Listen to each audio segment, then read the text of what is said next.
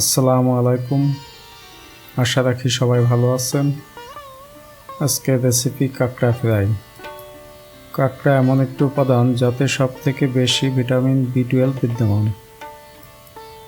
মস্তিষ্ক ও স্নায়ুতন্ত্রের খাদ্য এবং স্মৃতিশক্তির বৃদ্ধিতে B12 এর উপকারিতা অপরিসীম। আমি এখানে বেশ কয়েকটা কাঁকড়া নিয়েছি। এখন কাঁকড়াগুলো ভালোভাবে পরিষ্কার করে নিব, কারণ কাঁকড়ায় প্রচুর ময়লা থাকে। কাঁকড়ার ময়লা পরিষ্কারে প্রয়োজনে ব্রাশ ব্যবহার করতে হবে। দেখুন কি পরিমাণ ময়লা কাঁকড়া থেকে বের হচ্ছে। ময়লা পরিষ্কার করা শেষ।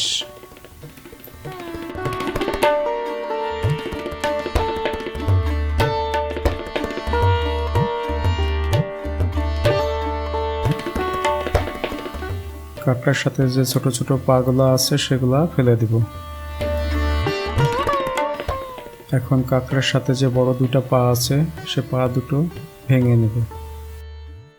হাত দিয়ে যদি বুকের এই অংশটা তুলতে না পারেন তাহলে ছুরির সাহায্য নিন। পরে হাত দিয়ে এভাবে প্রেসার তৈরি করে খুলে নিন। দেখুন মূল অংশ থেকে খোলস আলাদা হয়ে গিয়েছে। কাঁকড়া ফ্রাই খেতে মজা, কিন্তু পরিষ্কার একটু কঠিন কাজ। এবার খোলস ফেলে দিয়ে শুধুমাত্র এই অংশটা নিব। যে অংশটা নিয়েছি সেই অংশটাতে কিছু ময়লা থাকে, সেটা এভাবে পরিষ্কার করে নিব। দেখুন কাঁকড়ায় কিছু ধরনের ময়লা থাকে। ছুরি বা চামচের সাহায্যে এভাবে বের করে নিতে হবে।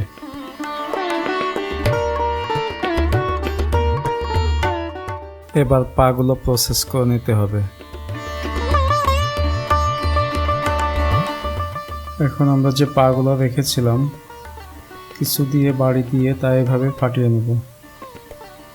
দেখুন ঠিক এভাবে ফাটিয়ে নেবেন। সম্পূর্ণ কাঁকড়া পরিষ্কার শেষে আমরা এই পরিমাণ কাঁকড়া পেয়েছি। এখন 1 চামচের 3 ভাগের 1 ভাগ লবণ এবং 1 চামচের 3 ভাগের 1 ভাগ হলুদ দিয়ে এই কাঁকড়াগুলোকে আমরা কিছু সময়ের জন্য ম্যারিনেট করে রেখে দেব।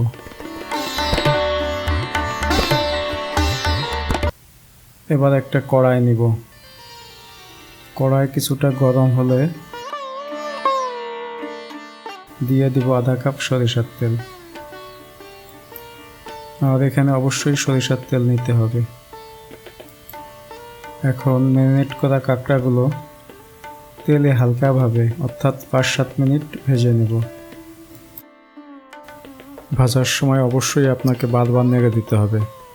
খুব বেশি সময় ধরে ভাজার প্রয়োজন নেই। কিছু সময় ভাজার পরে এইরকম কালার আসবে। এ পর্যায়ে এসে ভাজা শেষ, এগুলোকে তুলে নেব।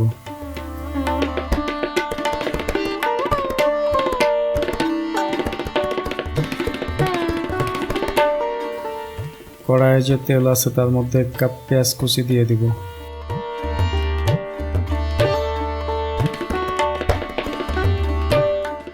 এ পর্যায়ে মনে হচ্ছে তেল একটু কম, এর জন্য আর একটু তেল দিয়ে দেব। পেঁয়াজ কিছুটা ভাজা হলে তার মধ্যে 1 কাপ পেঁয়াজ বাটা দেব। এবার এগুলো ভালোভাবে নেড়ে মিশিয়ে দেব। এখানে আরও নেব 1 টেবিল চামচ আদা বাটা, 1 টেবিল চামচ রসুন বাটা। সুন্দরভাবে নেড়ে নেড়ে মশলাগুলো মিশিয়ে নিতে হবে। এভাবে বেশ সময় ধরে মশলাগুলো কষিয়ে নিতে হবে। কিছু সময় কষানো হলে দিয়ে দেব 1 টেবিল চামচ লাল মরিচের গুঁড়া, 1 চামচের 3 ভাগের 1 ভাগ লবণ, 1 টেবিল চামচের 3 ভাগের 1 ভাগ হলুদ গুঁড়া,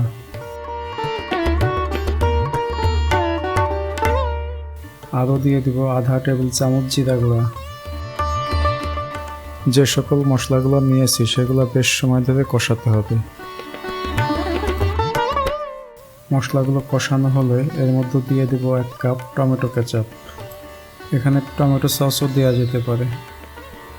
এখানে সবগুলো মশলা সুন্দরভাবে কষিয়ে নিব।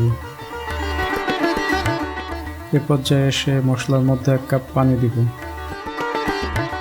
পানি দিয়ে সুন্দরভাবে কষিয়ে সুন্দর একটা গ্রেভি তৈরি করে নেব। এই মশলাটা অবশ্যই সময় নিয়ে আপনারা কষিয়ে নেবেন, কারণ মশলা কষানোর মধ্যে স্বাদ নিহিত। এভাবে ঢেকে রেখে মাঝে মাঝে নেড়ে মশলা কষিয়ে নিতে হবে। দেখুন কি সুন্দর একটা গ্রেভি তৈরি হয়েছে।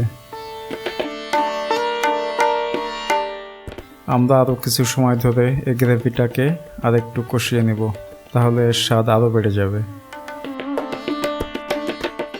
এখন আমাদের ভেজে রাখা সেই কাঁকড়াগুলো এই গ্রেভির মধ্যে দিয়ে দেব। এখন এটাকে সুন্দরভাবে আবার নেড়ে দিব।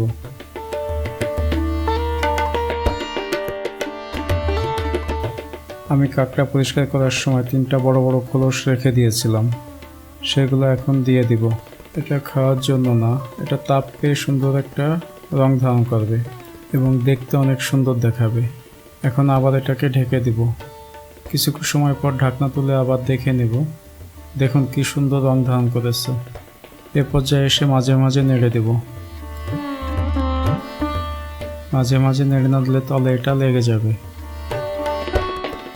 আমাদের রান্নাটি শেষ পর্যায়ে রয়েছে, তবে রান্না শেষ হওয়ার আগে অবশ্যই আরেকটি উপকরণ আমরা যোগ করে দেব। তা হলো ব্ল্যাক পেপার বা কালো গোলমরিচের গুঁড়া। এখন 1 চামচের 4 ভাগের 1 ভাগ কালো গোলমরিচের গুঁড়া দিয়ে দিব। এটাকে আবার নেড়ে দিব। আমাদের রান্না ডান। এবার তুলে নিব। দেখুন কি লোভনীয় স্বাদের হয়েছে। ভিডিওটি যদি আপনাদের কাছে ভালো লাগে তাহলে সাবস্ক্রাইব করার অনুরোধ রইল। ধন্যবাদ সবাইকে।